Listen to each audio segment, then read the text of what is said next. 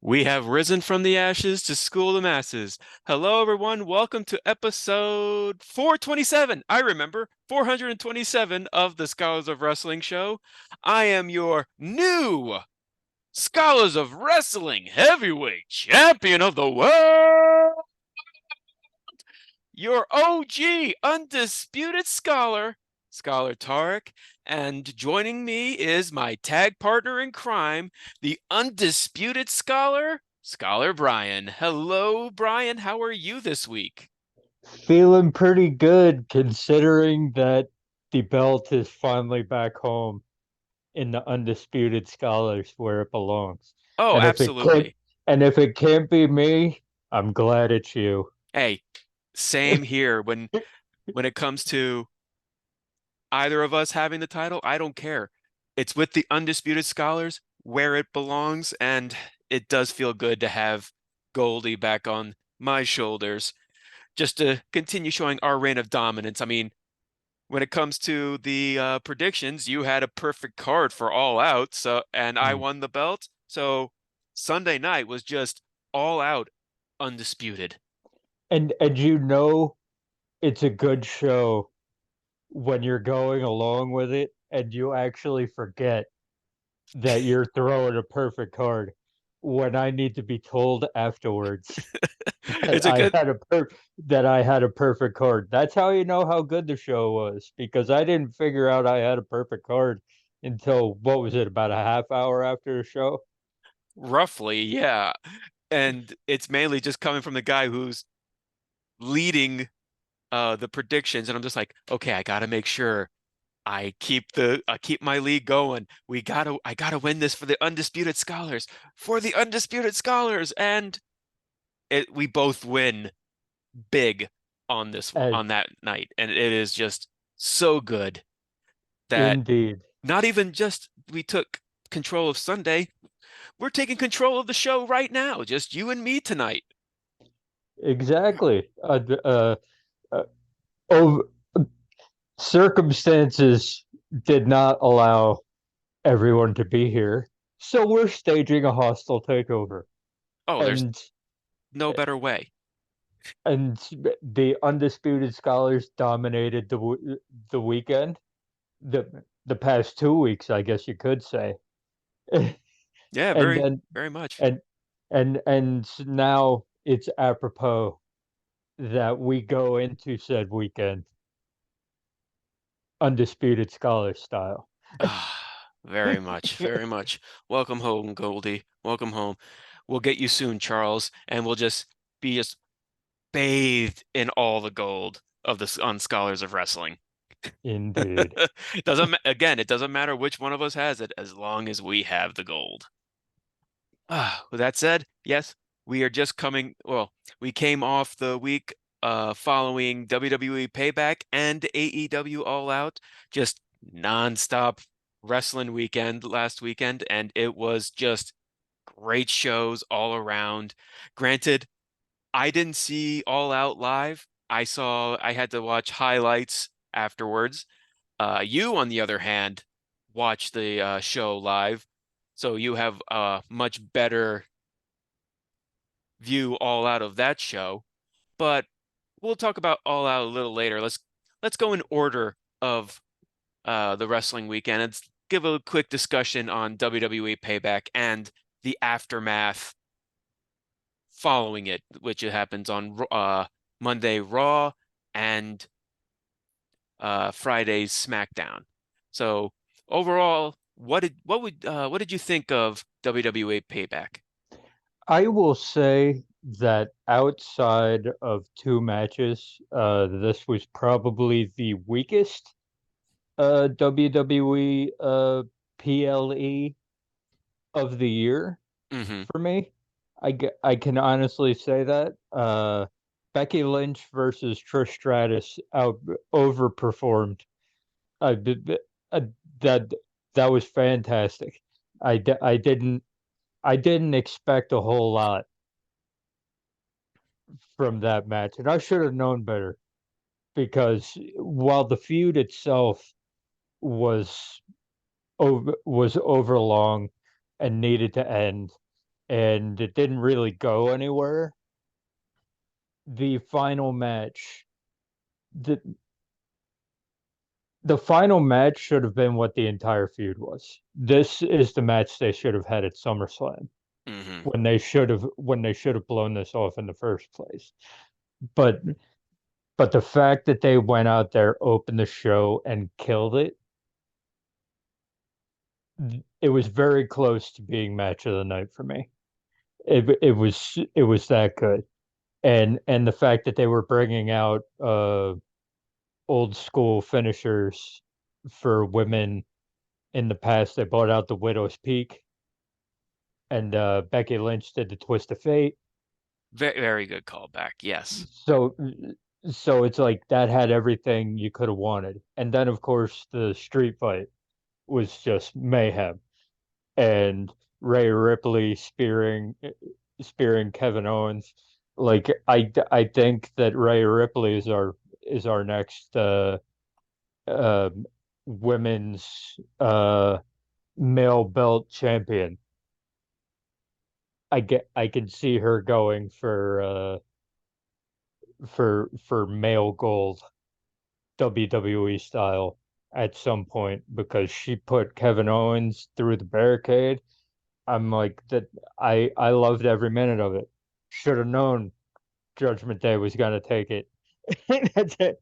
Once all the shenanigans started, but everything else was just kind of off and weird, and it really didn't do anything for me. Like even LA Knight and The Miz had an okay match. It was there. It was exactly what it was supposed to be. It was a vehicle to get LA Knight more over, Hmm. which is fine and good, but it's as uh as it would be put in earlier year ratings. This was perfectly acceptable wrestling, and I'm not sure if it needed to be on a PLE. That's it. I think the best way to really describe this show is I do agree it was from all the premium live events, this definitely was the weakest, especially when it comes to like B premium live events, like compared to like Backlash and I wouldn't say Money in the Bank is a B one, but you know what I mean. But this definitely felt more like a show, televised. It's more like a televised show. All the matches felt like it would be better put on Raw or SmackDown. Uh, it for the yeah, I will agree the two matches that were big show stealers were Trish and Becky Lynch, which I will say I'm not real necessarily a huge fan of Trish and Zoe Stark breaking up after the match because I even said last week I kind of wanted to see them go for the women's tag team titles eventually, but now that th idea is completely out the window. Um, it's nice to see that Trish is definitely still like she is in amazing in-ring work, and this is her run. This current run that she's having has definitely solidified that. Yeah, it doesn't matter how old she is. She still can. She was in a time when women's wrestling where if she was in her prime today, she would fit right in. Oh yeah, easily. And I can honestly say this. I think she fits in right now. Oh yeah, she Like shows if she she could fit in want right now. if she wanted to go full time, I think she could. I wouldn't recommend it, but I think she could. But it's the issue I had with the rest of it. Okay, it's like Shinsuke versus Seth Rollins. I, Look, I love Shinsuke Nakamura. Okay, I don't think he can do WWE style. I don't think that's his thing. I think right now I like the story that they were trying to tell, but if you weren't going to kill it off the way that it was meant to be killed off, okay, that was prime Damian Priest cash in spot. Yes, I'm bitter, but it's also true. You know what I mean? Oh That was yeah. prime. The storyline is prime there, and you did nothing with it. You waited until after the show was over to do the beatdown angle. What is that? Okay, it's like, look, you had two great matches, and the rest of it was basically stuff that you could see on any episode of Raw. So that's why it's like for the two great matches, I will give it a low classic goatee. That's a very But fair one. I agree. I'm also going to give this show classic goatee 3 out of 5. I do agree wholeheartedly with the main event. I am very satisfied that not only tickle in my nose, not only that the world heavyweight title main evented, which it needed to main event to help build importance on that title, especially that since you're not continuing the previous world heavyweight title lineage with this one. This is brand new. You, no one is treating this seriously. It's the runner-up belt to Roman's uh undisputed Universal Heavyweight Championship, whatever the hell they want to call it.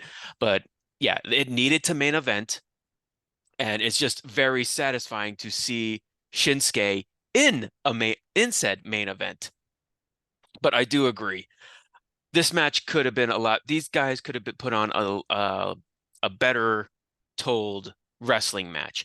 When it comes to the actual story, it's really good. The storytelling is doing much better than the in-ring work when it comes to this feud. Maybe it'll do better. Uh, they'll have a better match after, like in their next one, because as we saw on Raw, this feud is going to keep going. So who knows? Maybe at their next one, it's possible for the cash in, but we'll save that one. I guess Jeremy or Charlie can try and steal the point on that one. We'll see mm, on that. But yeah, um, all that match really did is just like as although it was in the main event, which again it should be. It just felt like a regular TV match. It felt like the stakes weren't that high on either man winning this match. And that's really kind of disappointing. Uh, I got granted, I'm very biased in this opinion I'm about to give out, but I really feel like the Intercontinental Championship is the real championship, main primary championship to go for on Monday Night Raw when they had Gunther and Chad Gable fight for essentially Gunther's longest uh title reign, Intercontinental title reign, which I will say, congratulations to the ring general Gunther for finally wiping away the shit stain that is the Honky Tonk Man's longest title reign off the Intercontinental Championship. And he is very well deserved to have that. He's brought that Intercontinental title back to the prestige and the lineage that is just something to hold your chin up high on that one. And it's just inevitable that and for me, Gunther is going to be the next guy to win that championship. And he's going to oh yeah, make the world heavyweight title actually feel like a primary world heavyweight championship yeah, more that so that than what was Seth is going to do with this is doing with this current title reign. Yeah, that's basically exactly what I was gonna say. I was like, congratulations, Gunther, on becoming the longest reigning international International. intercontinental. Wrong Inter brand. Wrong company, sir. well, you know what? At this point, they're basically serving the same purpose. Oh, absolutely. But it's like, the, congratulations on becoming the longest ever intercontinental champion. Now you can lose it to Chad Gable with no for with the record is made. You can lose it now to Chad Gable, and then you can go off and become the World Heavyweight Championship and get the most amount of prestige out of that you can. I will admit I kind of want him to just keep the Intercontinental Championship even longer and surpass Pedro Morales's combined days of 619 The days only just to reason solidify the his single the title reign. the only reason I don't want that is because they're not gonna give him two titles at the same time. So it's Oh, like I agree, but I know he has to lose this one, and he already has the perfect opponent to lose it to. That's why they were doing all this. That's why that he made his kids cry. It's like because now Chad Gable's got a reason to come after him again, and when hmm he does come after him again, he's gonna get the win because that's just basic WWE stuff right there. Oh yeah, But it's absolutely. like, but it's like I was more excited for the Chad Gable versus Gunther Raw main event than I really was for anything on that PLE That going match, in on it. that match on Raw was more of a pay-per-view match than most of the matches on Payback. Like if you just had the three matches, the tag team championship, the women's steel cage and the Intercontinental Championship on that premium live event, just those three matches, it's already worth the pay because those three matches not only they delivered and added some to that. Um, but yeah, I'm gonna give the event classic goatee 3. Just really, it's just the two matches that made it that. If those two matches weren't on this, it would have probably been a peach fuzz. Yeah, Uh, but it's just one. It was just it's this definitely was the emphasis on filler premium live event. exactly. This was like we need something.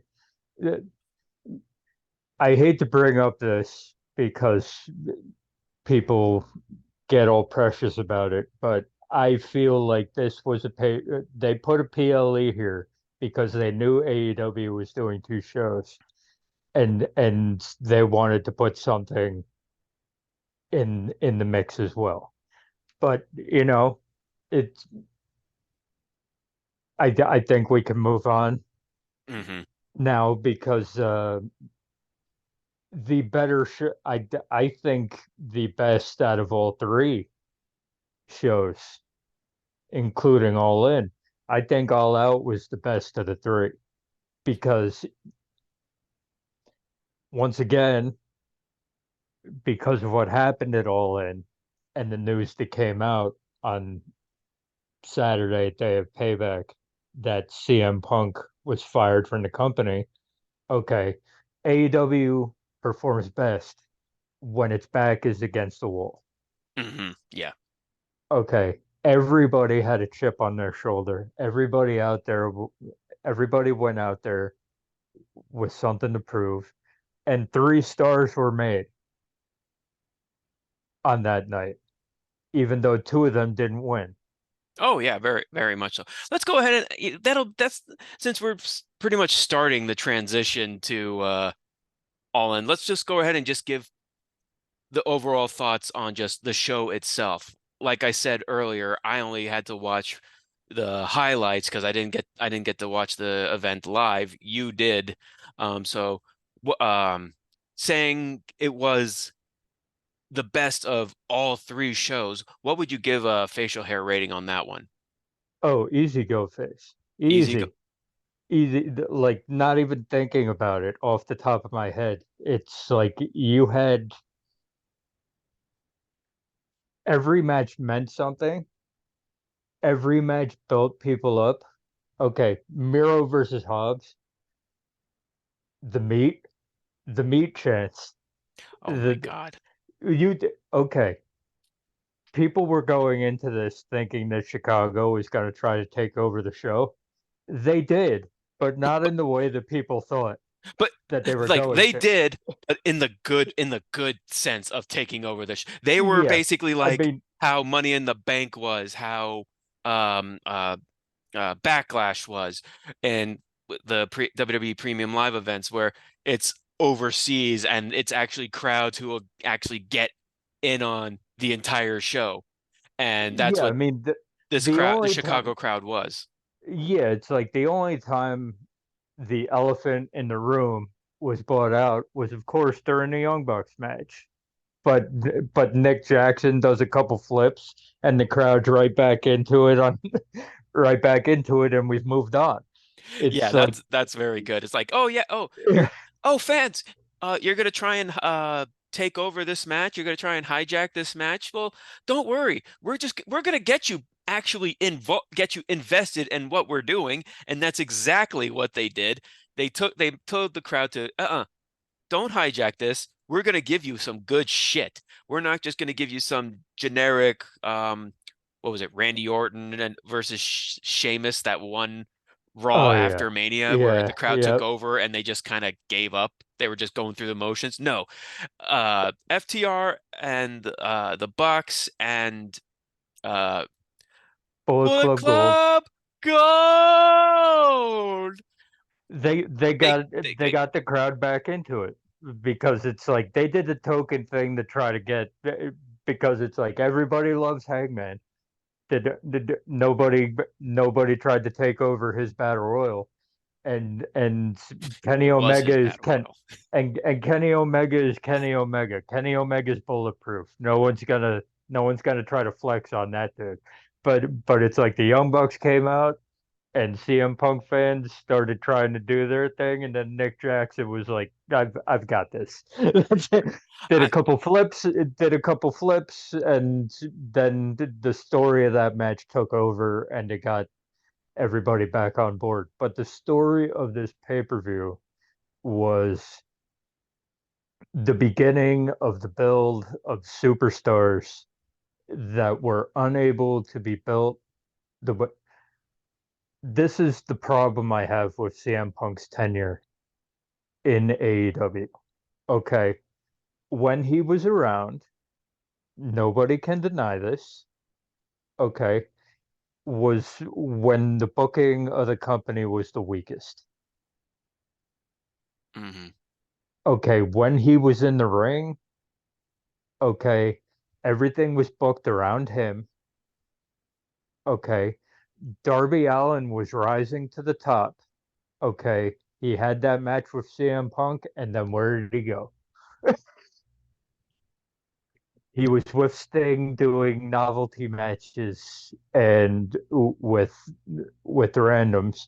He had one TNT title reign that was 28 days and was never really a bit was never really rose again until starting now. You could probably start doing that because you're going to get Sting retiring soon, so you can start building to a Sting Darby Allin match. Okay, and that'll get him back. Okay, you've got Powerhouse Hobbs. Okay, now gonna be known as the Meat King, along with Miro. Okay, that was Big E's dream. Okay, of a match. Just big meaty men slapping meat. that's It that, that definitely became that's a big meat match. Just the that, crowd that, just chanting meat, meat, meat, and then you just see Miro and Hobbs just be like, "Let's go meat, Yeah. let's go And meaty." yeah, so it's like that's another two guys made. Okay. Uh Takeshka, okay, pins Kenny clean. Okay. I will say It's- when it comes to Takesh, after you guys made your prediction on the prediction show that Takeshita was going to win, it honestly convinced me. It was like yep, I did choose wrong. You guys actually really did make the most sense because you're with the amount of time we that they still have for the inevitable Omega Osprey.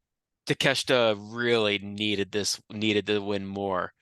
And I'm just like, after you guys were explaining it last week, I'm just going, yeah, he really did, especially after with time, he kind of did get kind of pushed in the back seat for a while. This is him taking back or taking shotgun. It it was a very well needed match for people to be reminded on what kind of a wrestler Takeshita is and how great he actually is. And it was a very star-making match, a very big star-making match. And it was honestly, I will say, I couldn't choose match of the night because there was so much good stuff. What I saw in these highlights from this match. Uh, uh, Mo Danielson Starks, Danielson, oh Moxley my God, Cassidy. Danielson Starks, Moxley, Cassidy. That one's another big star making match for Orange Cassidy. He is now Ex he yeah. solidified himself as really a real top guy in AEW because of it. And Because that of was this that was reign and this storytelling. match. He, And that was storytelling at its finest because you had great uh acting from Moxley the entire time when Cassidy at the end and after the match when Moxley was like, holy fuck, the one into thing the I camera and all that. the one thing I definitely liked about the Orange Cassidy John Moxley match, I know we're not doing a play-by-play review on these shows. We're just basically giving our general thoughts on it. But I will say what I liked about this show. I'll get back to Orange Cassidy in a second. What I liked about this show is you definitely feel the post-punk feeling because like you said, like you said, when CM Punk was here, it AEW was a completely different product. It is a completely different company where people's like even though you basically had two quote quote brands with Collision and Dynamite, it was still a very toxic environment. You had the internet wrestling community tribalism with the AEW fans choosing Team Collision or Team Punk or Team Dynamite, Team Elite. But it's nice to have the pretty much I will say what Punk was a cancer for AEW. And this show and now with Dynamite afterwards, it felt like AEW of old where everyone is at a good easy level. I honestly don't believe the Meltzer report that people are resenting Tony Khan about how he had Punk. I honestly don't believe that. I think it's now at that point where Punk is gone. Now Jack Perry is still suspended because of what he did because he wasn't so innocent of what he Oh did yeah. at Yeah. uh All In. I was like, was it All In or All Out? Damn it, why do they have to have similar names? Um it definitely felt like uh the old AEW where everything just felt so consistent in their storytelling and every wrestler felt like a legit star. And now we're getting these new stories uh from uh I'll just go right to it. Now we got Samoa Joe versus MJF. And And that randomly came out of nowhere, and I love it because yeah, all it was exactly what it it was Samoa Joe playing up the NXT thing again, where he's just like he walks by MJF and just shoves him, and MJF is like, "Not this time, mother." And I love that. I loved Miro and Hobbs because like you said, it was a it showed, oh yeah, uh a powerhouse Hobbs could be a legit star for AEW.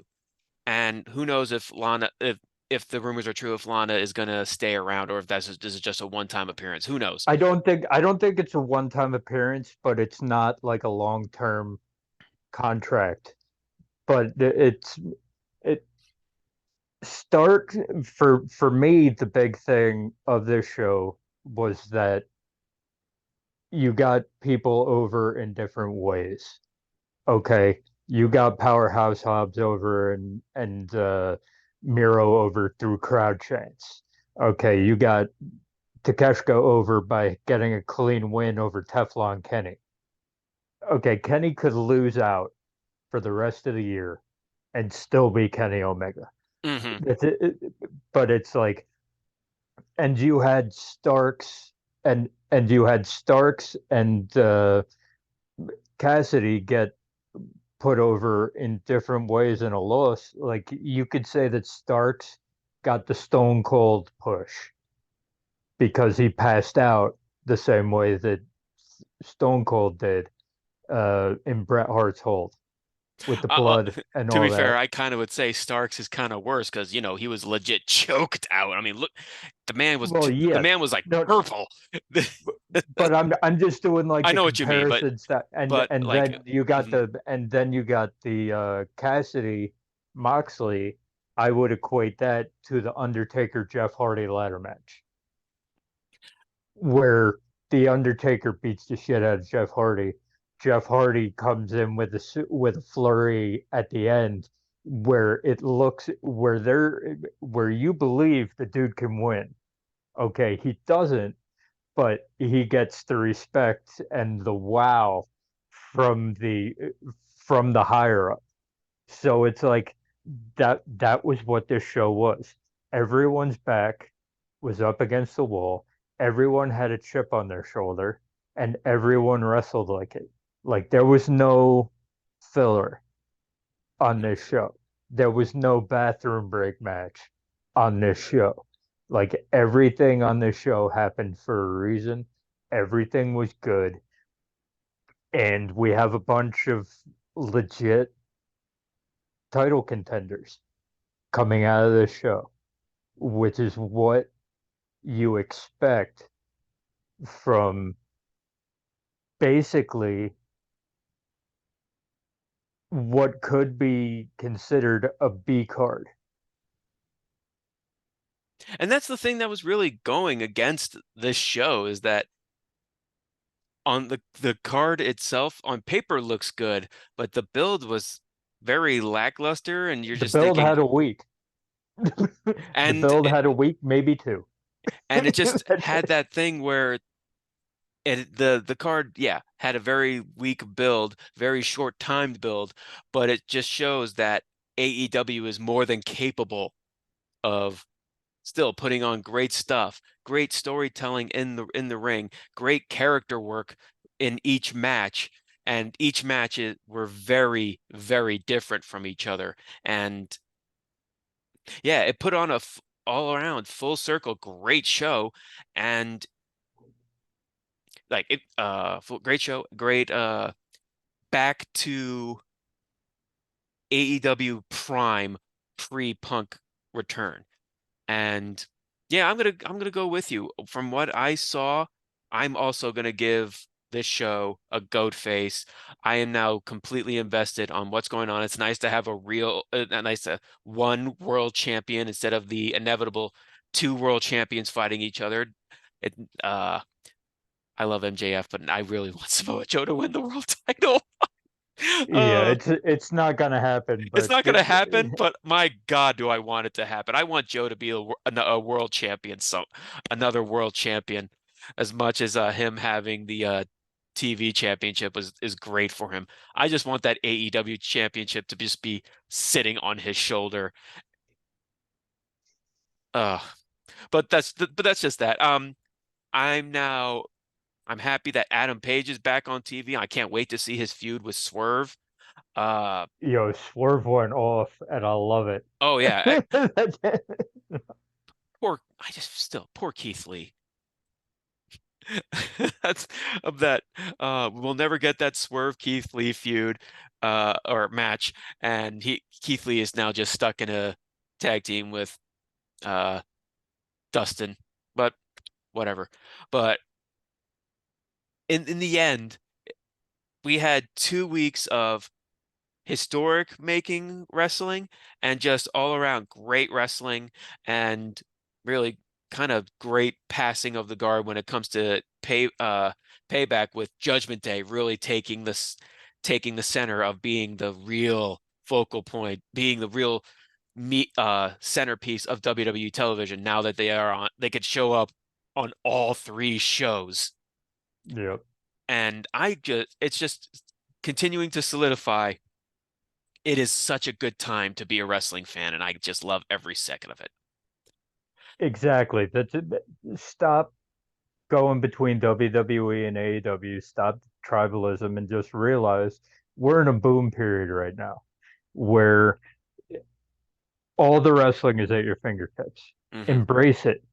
Embrace it. The division is stupid. Oh yeah, Okay. but yeah, we all could have told you that, but who are we Yeah, kidding?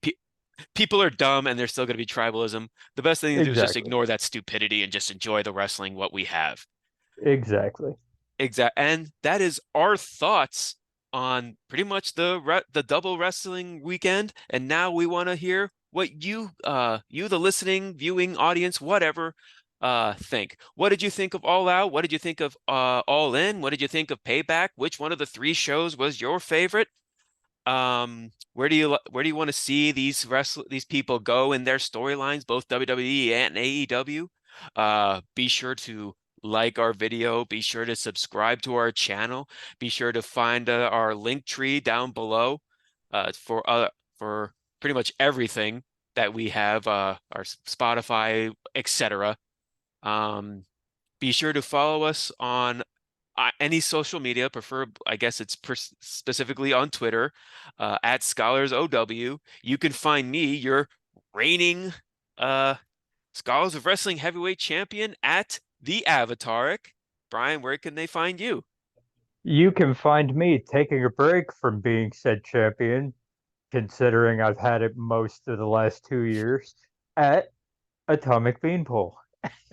Hey, one very soon, one day, it's just be like, hey, you know what? We'll just trade off the championship every once in a while. It's like, hey, you want to defend it? You want to defend it this next prediction? Sure, why not? That'll just piss off everyone. But we and don't care. they'll have to deal with it because that's who we do. That's how we do. That's who we are. We are the scholars of wrestling, and you have just been schooled. You're You're welcome. welcome. All right. Goodbye, everybody. Peace.